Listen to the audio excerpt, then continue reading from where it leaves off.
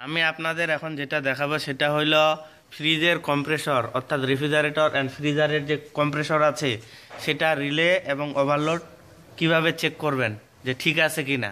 ঠিক আছে, তো সেটাই আমি আপনাদের দেখাবো। সেটা দুইভাবে করা যায়, এক হইলো আপনার সিরিজ টেস্ট ল্যাম্পের মাধ্যমে, আর দ্বিতীয়ত হইলো আপনার এভোমিটারের মাধ্যমে, অর্থাৎ রেজিস্ট্যান্স মাপতে হবে। এভোমিটারের সাহায্যে কী মাপা যায়? রেজিস্ট্যান্স মাপা যায়, এম্পিয়ারও মাপা যায়, আবার ভোল্টও মাপা যায়। মূলত আমাদের এখানে রেজিস্ট্যান্স মাপার প্রয়োজন পড়বে। ঠিক আছে, প্রথমে আমি আপনাদের সিরিজ টেস্ট ল্যাম্পের মাধ্যমে দেখাচ্ছি। এই যে সিরিজ টেস্ট ল্যাম্প, হ্যাঁ, এই যে রিলেটা আছে, রিলেটার এখানে যদি কি এখানে ধরে যদি সিরিজ টেস্ট ল্যাম্প জ্বলে তাহলে কি আছে? ঠিক আছে। সিরিজ টেস্ট ল্যাম্প যদি জ্বলে সেটা ঠিক আছে। কথা কি বুঝতে পারছেন? এটা 100 ওয়াট লাগাইতে পারেন, 60 ওয়াট 50 ওয়াটও কি লাগাইতে পারেন। ঠিক আছে, আর ওভারলোড প্রোটেক্টর কি প্রোটেক্টিভ ডিভাইস বা রক্ষণ যন্ত্র। ওভারলোড প্রোটেক্টর হলো প্রোটেক্টিভ ডিভাইস বা সেফটি ডিভাইস, এটা হলো রক্ষণ যন্ত্র। আর রক্ষণ যন্ত্রের কি পরিমাপ করা হয়? কন্টিনিউটি। ঠিক আছে, তাহলে এটার কি আছে দেখেন, সংযোগ আছে। এটা যদি সংযোগ না দিত তাহলে এটা কি নষ্ট। সংযোগ দিচ্ছে, তার মানে কি আছে? এটা ঠিক আছে।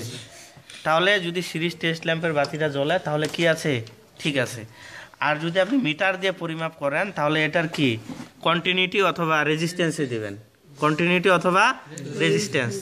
ঠিক আছে, যেসব মিটারের কন্টিনিউটি নাই সেটাতে কি দিতে হবে? রেজিস্ট্যান্সে দিতে হবে। তাহলে আমি দেখেন, এটা কন্টিনিউটি প্লাস রেজিস্ট্যান্স একসাথে, তার মানে কি আছে? ঠিক আছে। সংযোগ আছে মানে কি ঠিক আছে। আবার এটাও দেখি, এটা দেখেন কি দেখাচ্ছে? রেজিস্ট্যান্স দেখাচ্ছে 14 ওহমস, তার মানে এটাও কি আছে? এটাও কি আছে? ঠিক আছে। এই হইল বিষয়। আর যদি না দেখাই তো তাহলে এটা কি নষ্ট। বুঝতে পারছেন? আর ভিতরের যে গঠনটা সেটা হলো এটা, ভিতরের গঠনটা এটা হইলো এটা। এখানে কিচ্ছু নাই, দুইটা আপনার কানেক্টর, আর একটা হইলো কি এই পিটিসি রিলের যে পাথরটা আছে সেটা। এটা নর্মাল অবস্থায় কি দেয়? নর্মাল অবস্থায় কি দেয়? দেখেন, রেজিস্ট্যান্স সাপ্লাই দেয়। যখন এটা চালু হয় তখনই কি এটা ডিসকানেক্ট হয়ে যায়।